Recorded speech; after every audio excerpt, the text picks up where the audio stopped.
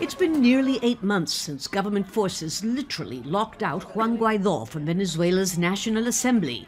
This even though he was the leader of parliament. Now President Nicolás Maduro is preparing to make good on his vow to regain control of parliament, the country's only independent democratic institution, in upcoming elections. In response, Guaido is issuing an urgent call to opposition parties for action. Propongo un compromiso. I propose a commitment to discuss and agree on a common strategy in the next 10 days. I will expect a public and active answer from each of you, showing a united commitment to freeing Venezuela. Guaido's plan calls for denouncing and rejecting what he calls an electoral fraud. We must activate an agenda of domestic and international action and mobilization to obtain the necessary responses from our armed forces, the international community, and all of our allies.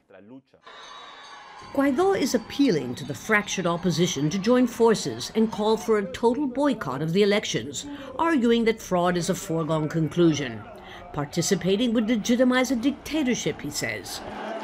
A new data analysis poll suggests that 75% of Venezuelans believe the elections won't be competitive and won't reflect the opinion of the voters. When you ask people about their disposition to vote in an election that evidently is not competitive, only 11% say that they are very willing to do so, and about 30% say that they may. That means around 40% might go to the polls, but past experience shows most abstain if conditions are unfair. Given that sentiment, the opposition is clearly in a lose-lose position. Guaido has lost momentum, leadership, and the ability to mobilize large numbers of people as he once did. His bet is that by boycotting the poll, the opposition can at least claim there was no election.